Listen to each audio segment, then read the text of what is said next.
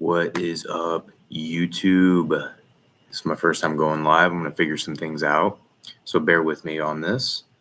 Let's see. I want to check out. Let's see. We're going to do this.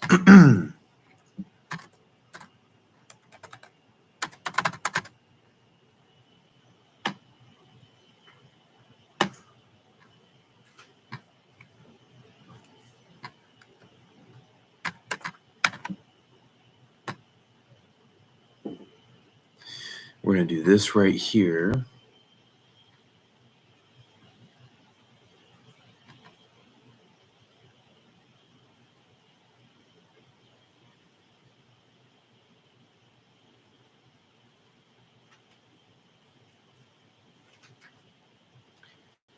And just to let you guys know, I do not own this going on.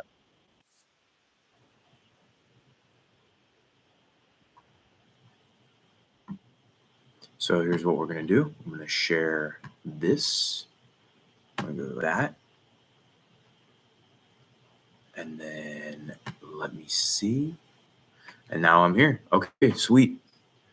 Don't mind my poofy hair. I got to go get a haircut soon. But yeah, let's get started on this. Let's look. Take a good look. We are on the brink of a new year, and with the new year comes new games. Hi, folks, it's Falcon, and today on Game Ranks, the top 10 new games of the first half of 2025. At number 10 is Sid Meier's Civilization 7, the latest 4X extravaganza from Firaxis Games. Just want to I'm going to say it again. I do not own any of this content. I'm not here for copyright. Please do not get me for copyright. Okay? But yeah. I am here just to review some games, and we're going to look at some 2025 games coming up. On my Twitch channel last night, I had streamed this something similar to this, and basically we're going to go over on what to expect for 2025 of this year. And obviously there's a ton of other games coming out, but we'll check them out.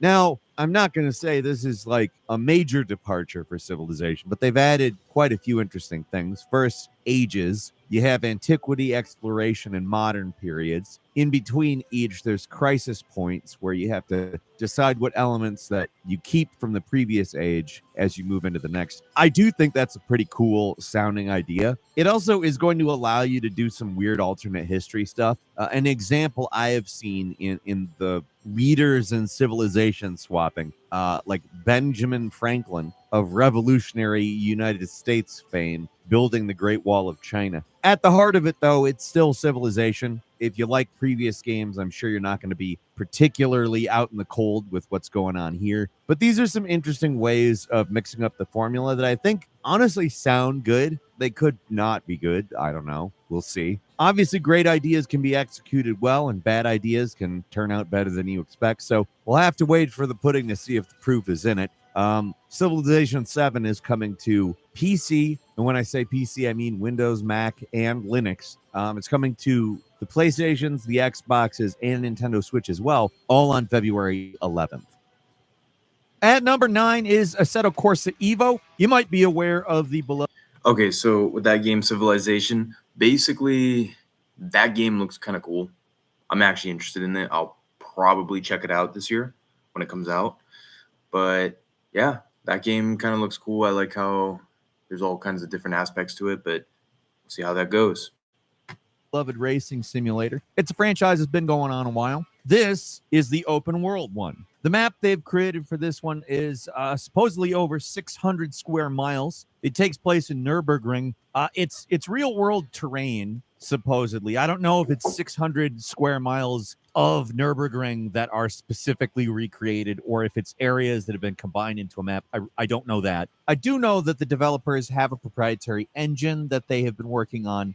This game's going to have a day-night cycle, dynamic weather, and apparently advanced vehicle physics. Now, as you know, vehicle physics are kind of lackluster in racing games as a whole now, whether that's arcade or simulation. So I'm interested to see exactly what they mean by enhanced vehicle physics. This one's going to have VR support as well, which I think is a good thing. Assetto Corsa Evo is coming to PC via early access, at least at first. It is going to land on PS5 and Xbox Series later, but January 16th is where you're going to see it pop up on Steam for your purchase. And number 8 is the first Berserker Kazan, a action RPG. Okay, so that game, that racing game, that is definitely not really up my alley. I'm not like a racing game kind of guy, but if you guys love cars, probably a game you should check out. Developed by Neopol or Neopol. I don't know how to say it. I don't want to say nipple, though. They're not going to make me. It's published by Nexon, though.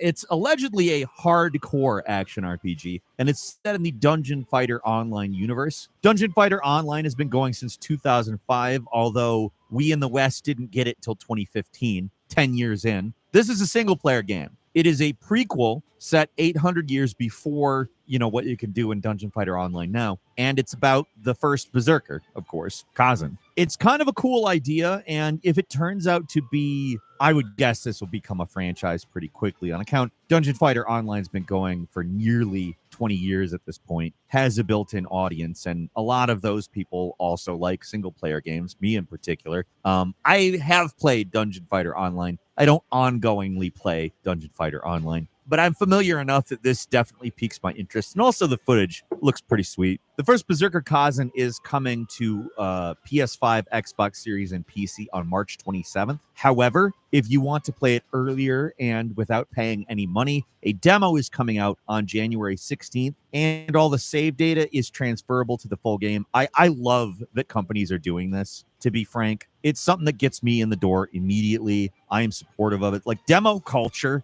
was basically gone for a very long time there, and it really provides a good way to get people into your game. The flip side is you have to prove it's a good game, but for consumers, that's obviously great. I'm pretty excited about this one. First Berserker Kazan looks pretty cool. Moving on to number 7, it's Killing Floor 3. Okay, so that game, if you're into anime and such like that, or that kind of like type of adventurous type games where it gets in depth with like kind of like that, go with it. That's definitely a game I'm probably not going to go with. I like anime and all that, but that's not a game that's probably up my alley. Not a game that I would probably buy, but does look good for some other people though. The latest installment in the co-op first-person shooter series. This one actually takes a pretty big jump where Killing Floor 1 and 2 are set in the sort of near future. This one jumps to 2091. And the reason for that is to plop you into a more dystopian, crazier world where Horzine is more powerful and the Zeds are much more advanced. I think from a gameplay perspective, it's probably a good idea because it gives them a lot of excuses to kind of go full maximalist in everything. It's a bit of a new direction, although it doesn't look supremely different from Killing Floor 1 and 2. They're touting new enemy AI in this game, which I think is good. I just love that we've gone back to talking about how good enemy AI is. Now, it's probably a result of all the AI hype. But if that gives us good NPCs / enemy AI in games, I'm all for it. I don't care why. I just care that it's happening. But here's some good news for everybody who's got buddies with different consoles or platforms. Killing Floor 3 is going to have 6-player co-op, and it's cross-play across all of the platforms it's on. So PS5, Xbox Series, and PC. It doesn't have an exact date, but Killing Floor 3 is going to land in March. I'm pretty excited for it. It looks great. Looks like a big upgrade. And who wouldn't want that? And number 6 is Kingdom. Okay, so Killing Floor 3. That game kind of reminds me of Doom a little bit. I like the Doom games. They're pretty fun and they're pretty gory, pretty gruesome. This game looks like it's the same and maybe not exactly like a replica of Doom. I'm not trying to say that, but looks like a game I might check out.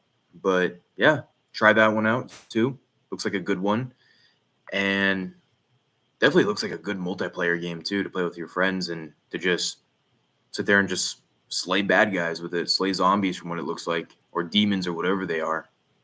Kingdom Come Deliverance 2. As you know, the original game has gotten a lot of praise, acclaim for being a very immersive and realistic game. It doesn't look like they're switching direction. In fact, it looks like they're even more leaning into that commitment to realism. And I particularly like that they're doing that in the combat mechanics, as opposed to just being like, well, it's more unforgiving and that's more realistic. They're talking about the sword play being much more fluid. They're talking about refining the archery system. And as a byproduct, they might be a little less forgiving. But the idea is to make them more realistic as opposed to just harder. I don't know. Some developers seem to have this weird belief that harder equals more realistic, and that's definitely not true. We'll see if it ends up being harder. I don't know. This one's actually got 2 distinct maps, so the world is quite a bit bigger. In fact, nearly double, because both maps are apparently roughly the size of the original's single map. I don't know, in a lot of ways, it really seems like this is a large upgrade from the first game. And if you enjoyed the first game, I'm sure it's going to be worth playing when it comes to PS5, Xbox Series, and PC February 4th.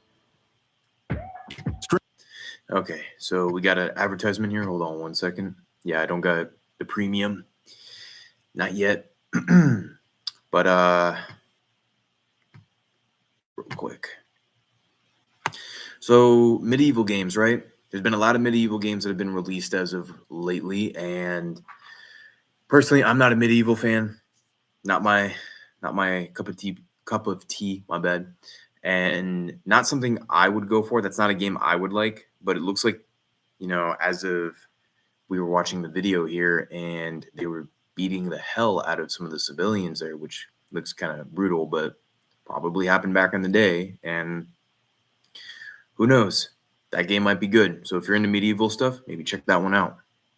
5, it's Atomfall, a single-player survival action game by Rebellion Developments. This one's set in alternate history, 1960s Britain, where things went awry following the 1957 Windscale nuclear disaster. A real event, but also the point of divergence for the alternate history of the game.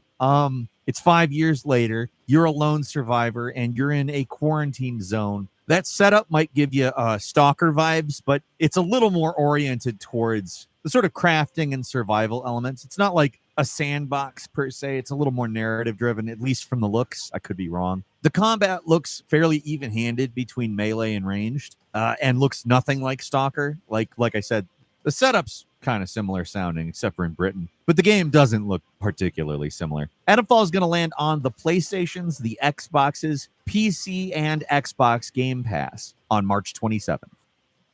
Moving on to number 4. Okay, as I mentioned with Killing Floor 3, you kind of compare it and you go, wow, that kind of almost looks like Doom a little bit. But like with this game, with Atomfall, it kind of looks like Fallout a little bit. I'm not too educated on which one came out first and all that, but looks a lot similar to Fallout. I love the Fallout games. I've only ever played Fallout 4 and absolutely loved it. This game looks a lot like Fallout, but it does look like a lot of fun. I'm probably going to end up checking it out. Definitely one that I'm kind of interested in. So, yeah. It's Assassin's Creed Shadows, the 14th major installment of the storied series. Let's be clear, there are some that are better than others. This game is stirring up a little bit of controversy, but if you look into what they're actually trying to do with it, I'm interested in the outcome more than the speculation. Obviously, it could be a big heaping pile of dog shit. We don't know. But Ubisoft has been saying they're leaning towards the more traditional Assassin's Creed style gameplay, which is kind of what I want to see in Assassin's Creed at this point. I like the open world stuff. I made it clear that I think both of the types of Assassin's Creed games are good. I like the old school kind just a little better, but I'm also kind of hesitant to lose the open world stuff completely. And this seems like it's very in line with what I want from an Assassin's Creed. I mean, Ubisoft has kind of painted it like a bridge between old school and new school, leaning a little bit closer to old school. I think Mirage is probably a pretty good precursor as to what exactly they're doing here. You got more stealth, more assassination,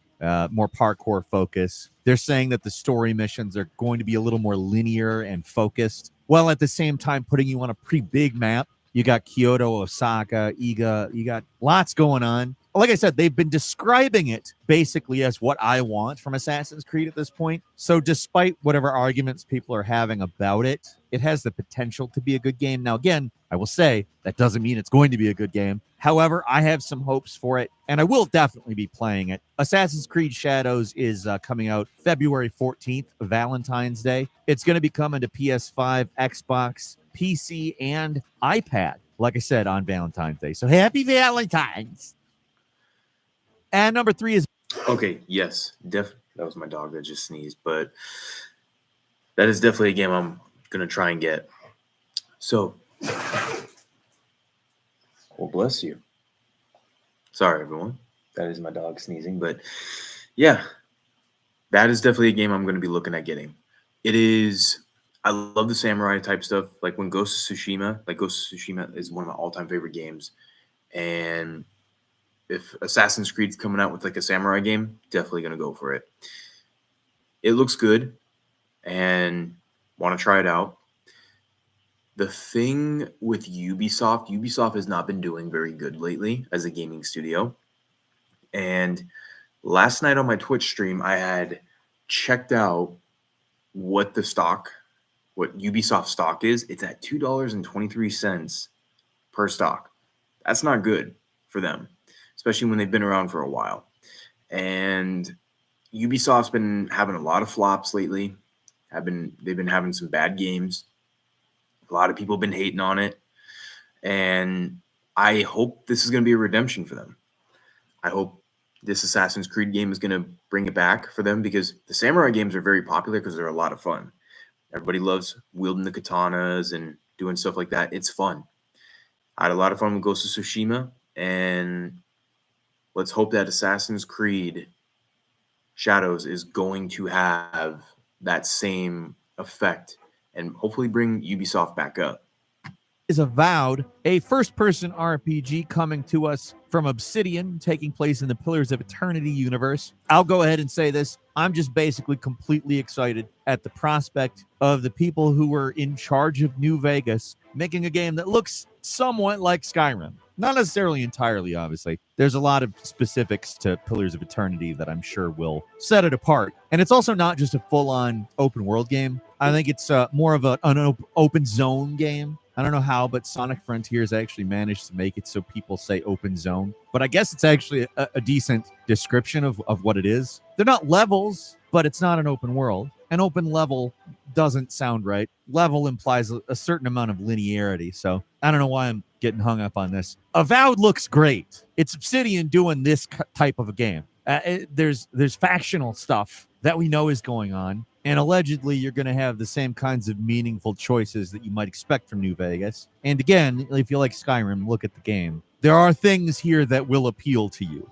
This is a game that I'm pretty excited for, although I'll say it's very easy for me to get confused with certain other games that kind of have this aesthetic, and they all didn't do that great. So I'm really going to be trying to wipe the slate clean as I go into Avowed, because it's done by people who have made this type of game very well in the past, as opposed to a lot of the other games that have kind of looked like this, but they're really just somebody trying to make a game that either cashes in on the aesthetic or ideas of Skyrim. This goes way further than that. Avowed's coming February 18th to Xbox Series and PC, along with day one access on Game Pass. Definitely a must play for me. Stretching will not make you flexible, and it. Okay, so advertisement here, right? Something I want to go over. That game right there, that's definitely not going to be something that's up my kind of alley. Not something within my range. But it does seem very detailed. Seems like it would be something that some other people would like. If you're into that kind of an adventure, kind of like that, I would recommend it probably. But for me, doesn't look like something I would want to do. But yeah, that's just not my thing. Number 2 is Split Fiction. a co-op adventure game coming from Hazelight Studios, the creators of It Takes Two, and obviously continuing on the innovations they made with that game. In this one, you take the roles of Mio and Zoe, who are two different writers, a science fiction writer and a fantasy writer, and basically it takes them through an adventure that you could probably figure out exactly what it is, combines both worlds and makes them have to collaborate. I don't know, actually a pretty good idea for an adventure game. Something else that I think is really cool, you have to play it co-op, obviously it's a split screen game, but they're doing something pretty cool here called the Friends Pass. If you want to play the game with a friend and they don't own the game, you can invite them to join the adventure, and it doesn't matter what platform they've got, it's all cross-platform, and frankly, that's cool as shit. The game's coming out on PS5, Xbox Series, and PC March 6th. And finally, at Okay, so that definitely looks like a good game if you want to do co-op and stuff like that. And if your friend doesn't own the game, you can invite them and they can still play the game. That seems like a pretty cool deal. That game, once again, probably not my thing, but if you're in that kind of stuff, yeah, that one's definitely for you. But that's kind of cool that you can actually invite your friend, even if they don't have the game, and they can play it. I dig it.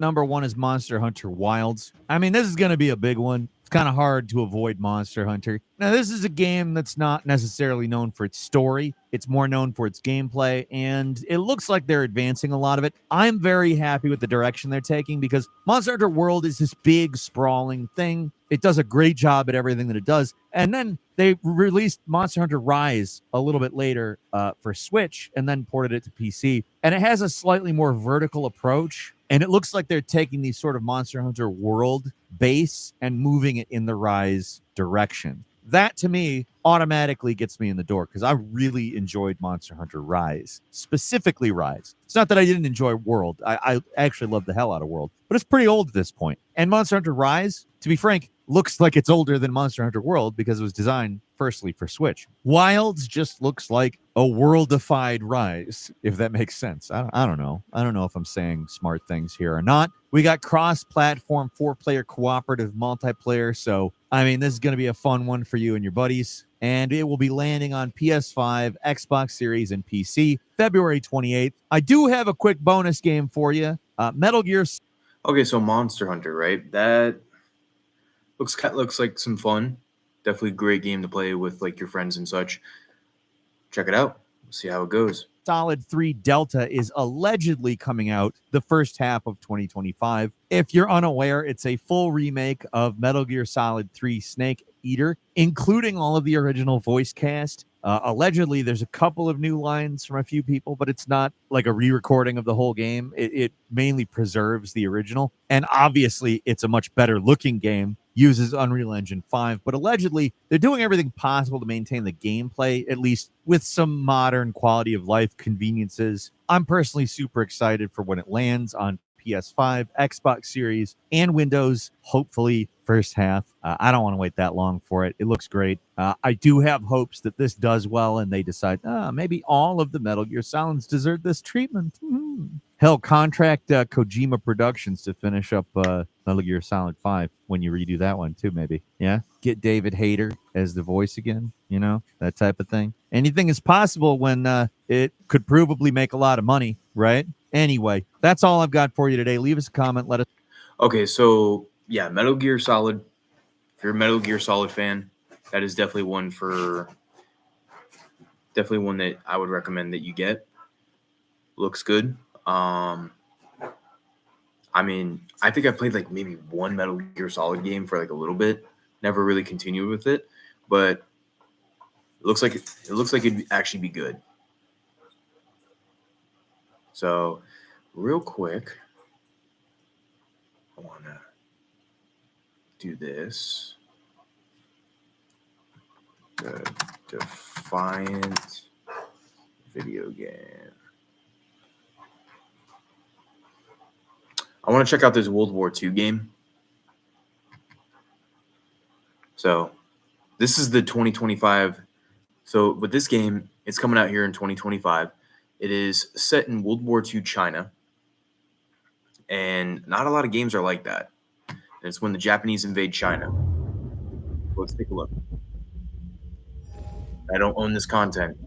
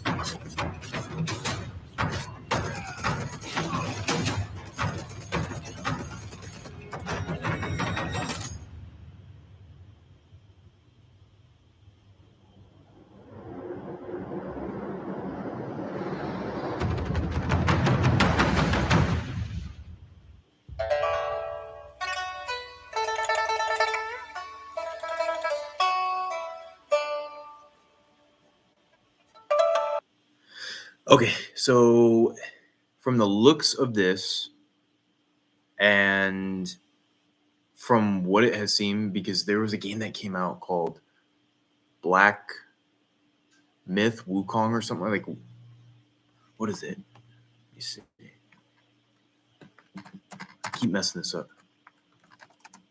Yeah, Black Myth Wukong, right? It seems like China has been doing a very good job as of lately with the video games that have been coming out, and they're really stepping it up. And this is one of their games that is coming out that is from China, right? You haven't seen, I don't know if, I can't even tell you how many games I know off the top of my head. I don't know any actually that have to do with you playing in China and fighting against the Japanese in World War II. Because in the World War II games and a lot of these other games, like it's all futuristic and everything, but whenever it goes back to like, you know, some old-fashioned wars, it's always World War II in the European theater, which don't get me wrong, it can be fun, but now we're actually diversifying into some other stuff that was huge back in the day. And, you know, I'm a big, huge history fan. And this is actually pretty cool that we're going to be getting a game like this, because this was huge back in the day, back in World War II, when Japan invaded China. And this is going to be a lot of fun from what it looks like. This is the number one game I am actually looking forward to coming out. This is something that I'm definitely going to buy. I'll even pre-order it. I have a lot of big hopes, a lot of good hopes for this. I'm actually willing to bet this is going to be one of the best games of the year and probably of the last couple of years. I think that what needs to happen, like especially with the Call of Duty games, they need to start going back and doing like Korean War and Vietnam War and things like that. You know, those were good. Like those are some good stuff to go through. Maybe even go like when America was in the Middle East, right? When we were fighting Iraq and Afghanistan, things of that nature. And those would be some good games to do for like war, and perhaps go to some other countries and explore some different things as well. Like when World War II was just a whole different kind of war where there was just so much to it. So many countries were at war with Germany, obviously. So many countries were at war with Japan, and so many countries were at war with Italy. Those are the three Axis powers. This is something that's going to be completely new. And from the gameplay, from the trailer, I am anticipating this is going to be an amazing, outstanding game. Something I would definitely recommend for people to give a try to. Let's see. Don't mind my search history there. Let me check. I kind of want to take a look at the Doom game. Not Doom Eternal soundtrack. Doom the Dark Ages. Let's take a look. because I believe.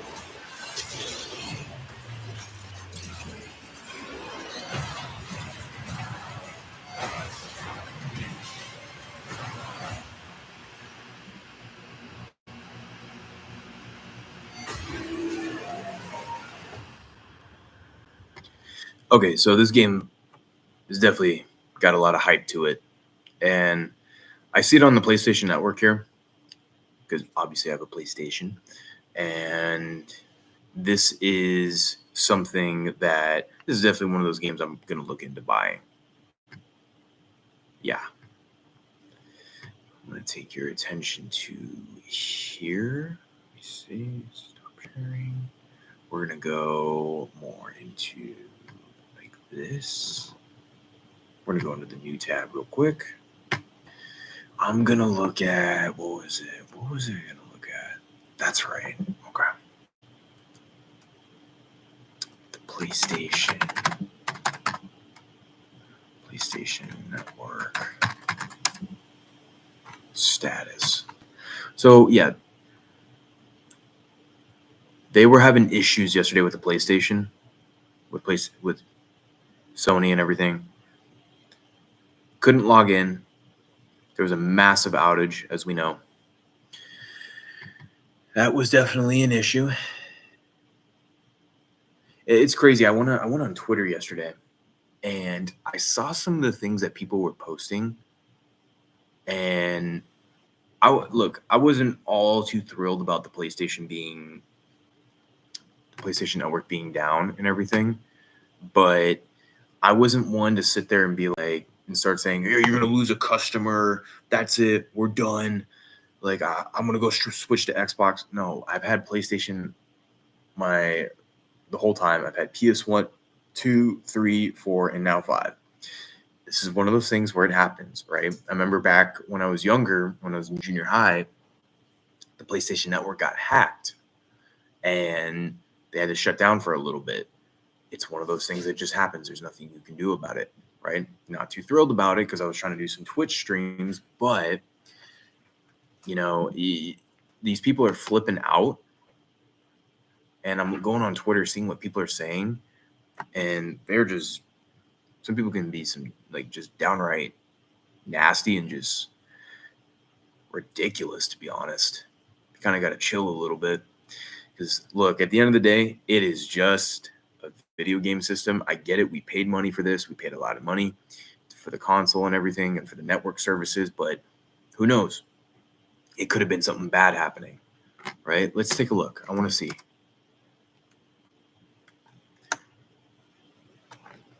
Why did PlayStation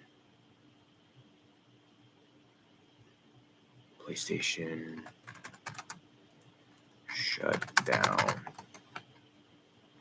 Large outage in the PlayStation server so PlayStation Network PSN has been down since 4 p.m. Pacific time February 7th due to a large outage in the PlayStation server. Players on any modern PlayStation devices are not able to log in or play games that require the internet. Yeah, no, I was trying to play some games yesterday and even this morning, and it was not working. Yeah, gamers. Yeah, see, look at this. Let's look.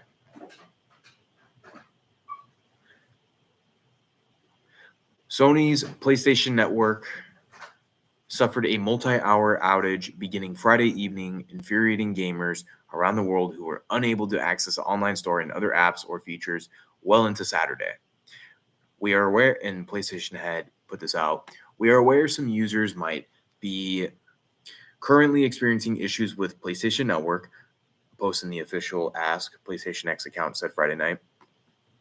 According to Sony's PlayStation Network status page, services including account management, gaming, and social, PlayStation Video, PlayStation Store, and the PlayStation Direct all were still facing issues as of Saturday morning.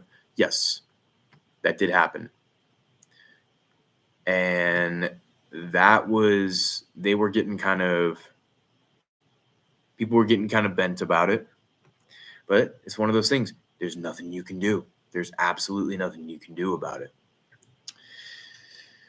But yeah, now it's back up. I saw it, and it was definitely one of those things where it's like, hey, you just gotta, there's worse things in this world than your PlayStation Network being completely cut out. Let's see. Kind of want to look at something here. 2025 games, video games. Oh, I messed that one up. There we go.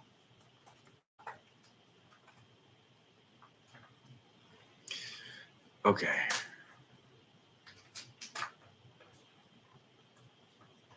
Let's check this out. Let me switch the game. Switch this over to this. Sure. Okay. Here on Polygon. By the way, we're finally getting a GTA 6. I've seen a lot of jokes lately of we're finally going to get a GTA 6, or we got this before we got a GTA 6. Look at that, Pokemon Legends Z through A. That's going to be fun, I bet. Doom, the Dark Ages, like I just showed. Civilization 7, Ghost of Yotei. This is going to be tons of fun.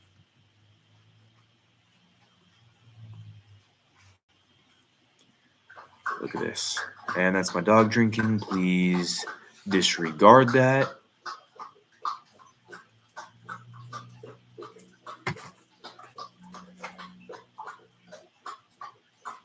Look at these games. Look at these games coming out. This is going to be fun.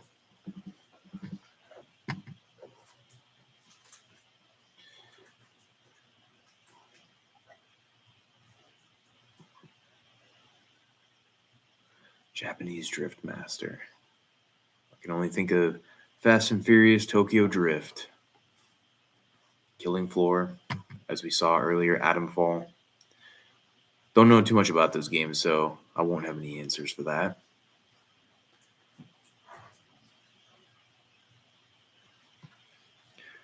Okay, so Doom the Dark Ages actually comes out in May. So yeah, you probably pre-order it. Hold on.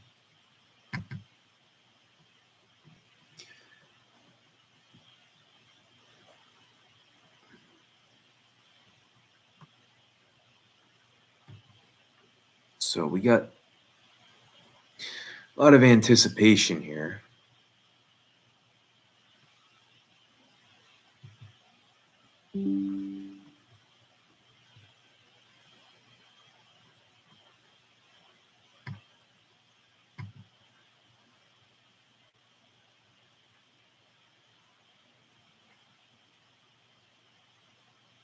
Let's see. Well,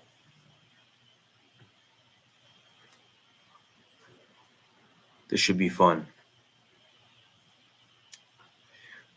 Looks like we might be getting some remakes.